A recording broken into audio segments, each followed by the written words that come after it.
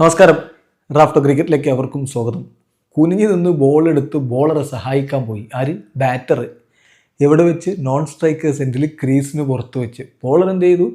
Batter താനിപ്പോൾ അങ്ങനെ ball എടുത്ത് തന്നെ സഹായിക്കണ്ട എന്ന മട്ടിൽ ബോളർ അതെടുത്ത് സ്റ്റമ്പിലേക്ക് എറിഞ്ഞു. തേർഡ് പേർക്ക് കൊടുത്തു, റൺ ഔട്ടായി. ഇത് സംഭവിച്ചത് കണ്ടം ക്രിക്കറ്റിലല്ല, അല്ലേ? അന്താരാഷ്ട്ര ക്രിക്കറ്റിൽ ഇതൊക്കെ നടക്കും. നമ്മുടെ നാട്ടിൽ നമ്മൾ കളിക്കാറുള്ള അന്താരാഷ്ട്ര ക്രിക്കറ്റിൽ. പക്ഷെ അന്താരാഷ്ട്ര ക്രിക്കറ്റിൽ ഇത് നടക്കുമ്പോൾ അത് വല്ലാത്ത അവസ്ഥയാണ്. പാകിസ്ഥാനും ബംഗ്ലാദേശും തമ്മിൽ നടക്കുന്ന രണ്ടാമത്തെ ഏകദിന മത്സരത്തിലാണ് ഇത് സംഭവിച്ചത്. ആദ്യം പാകിസ്ഥാൻ ബാറ്റ് ചെയ്യുകയായിരുന്നു. അതിലെ 39ാമത്തെ ഓവറിൽ 4ാമത്തെ പന്തിലാണ് മെഹദി ഹസൻ മിറാസ് ഈ രൂപത്തിൽ സൽമാൻ അലി ആകെ റണ്ണൗട്ടാക്കുന്നത്. മുഹമ്മദ് റിസ്വാൻ ആ ബോൾ അടിക്കുക ഡിഫെൻഡ് ചെയ്യുന്നു. നേരെ നോൺ സ്ട്രൈക്കേഴ്സ് എൻഡിലേക്ക് വരുന്നു.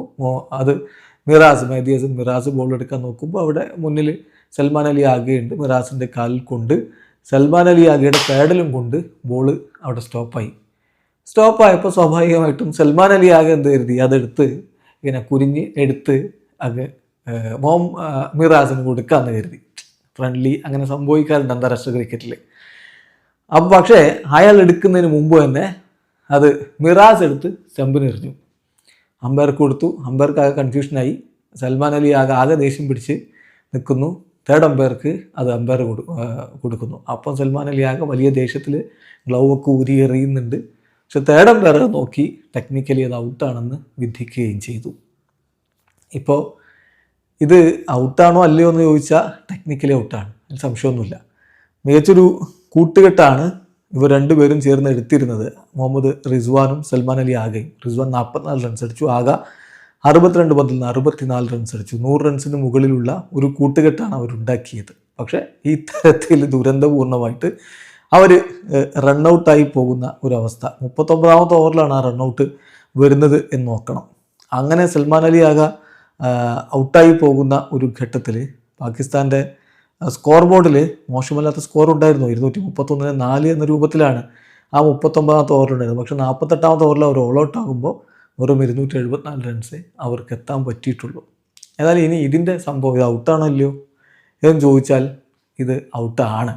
എങ്ങനെ? ടെക്നിക്കലി. പക്ഷേ സ്പോർട്സ്മാൻ സ്പിരിറ്റ് എന്ന് പറഞ്ഞൊരു സാധനം ഉണ്ടല്ലോ, അത് വെച്ച് അതിന് വലിയ ഡാമേജാണ്. ശരിക്കും അന്താരാഷ്ട്ര ക്രിക്കറ്റിൽ ഇങ്ങനെ ചെയ്യാറില്ല. നമ്മൾ കണ്ടിട്ടില്ല പലപ്പോഴും ബാറ്റർമാർ ഡിഫെൻഡ് ചെയ്തെടുത്ത പന്ത് അവർ തന്നെ പോയി ബോൾ എടുത്തിട്ട് ബോളർമാർക്ക് ഇങ്ങനെ ഇട്ട് കൊടുക്കും. അത് നമ്മുടെ നാട്ടിൽ ചെയ്താൽ ചിലപ്പോൾ അപ്പീലൊക്കെ ചെയ്ത് അത് ഹാൻഡ്ലിങ് ദി ബോൾ വിഭാഗത്തിൽ ഔട്ട് കൊടുക്കാറുണ്ട് അന്താരാഷ്ട്ര ക്രിക്കറ്റിൽ. അന്താരാഷ്ട്ര ക്രിക്കറ്റിലും അങ്ങനെ അപ്പീൽ ചെയ്താൽ അത് ഔട്ട് തന്നെയാണ്.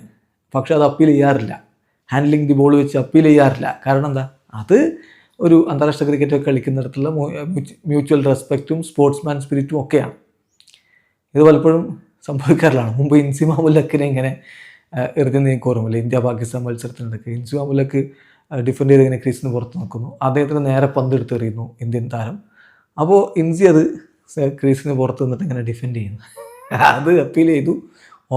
ഒബ്സ്ട്രക്റ്റിംഗ് ദി ഫീൽഡർ വിഭാഗത്തിൽ ഔട്ട് കൊടുത്തു. ഇൻസി ഏകദേശം വന്നു. ഇതെന്ത് റൂളാണെന്നൊക്കെ പിന്നെ പോസ്റ്റ് മാച്ച് പ്രസൻറ്റേഷനൊക്കെ പറഞ്ഞു. അപ്പോൾ ഈ സാധാരണത്തിൽ ഇതൊന്നും അപ്പീൽ ചെയ്യാറില്ല ഇങ്ങനെയുള്ള ഈ സ്പോർട്സ്മാൻ സ്പിരിറ്റ് വെച്ചിട്ട്. പക്ഷേ ബംഗ്ലാദേശികൾ ഇതിന് മുമ്പ് ഇതേ പണിയൊക്കെ ചെയ്തിട്ടുണ്ട്. നമ്മൾ കണ്ടിട്ടില്ലേ 2023 വേൾഡ് കപ്പിൻ്റെ സമയത്ത് ടൈം ഔട്ട് ആകുന്നു ആര്? ഏഞ്ചലോ മാത്യൂസ്. ക്രീസിലെത്താൻ വൈകി എന്ന് പറഞ്ഞിട്ട് ആ സ്ട്രാപ്പ് കൂട്ടി, ഹെൽമെറ്റിൻ്റെ സ്ട്രാപ്പ് കൂട്ടി എടുത്ത ഹെൽമെറ്റ് വന്നു റെഡി ആകുമ്പോഴേക്കും സമയം വൈകി എന്ന് പറഞ്ഞിട്ട് സാക്കിബ് അൽ ഹസനാണ് അപ്പീൽ ചെയ്യുന്നത്. നോക്കുക, ആരെങ്കിലും അങ്ങനെ ചെയ്യോ? അത് ടെക്നിക്കലി ഔട്ടാണോ വെച്ചാൽ ഔട്ടാണ്. പക്ഷേ ഇത് ക്രിക്കറ്റിൻ്റെ ജെന്റിൽമാൻഷിപ്പിനും സ്പോർട്സ്മാൻ സ്പിരിറ്റിനും നിരക്കുന്നതാണെന്ന് വെച്ചാൽ അല്ല. ഈ വിഷയത്തിൽ നമുക്ക് ഇവിടെ കമന്റേറ്റർ പറഞ്ഞതേ പറയാനുള്ളൂ. ഇതാണ് നോക്കാം. ഇതാണ്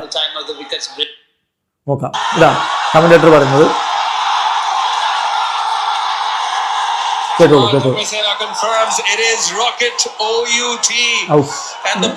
ധർമ്മസേന പറഞ്ഞു. കുമാർ ധർമ്മസേനയാണ്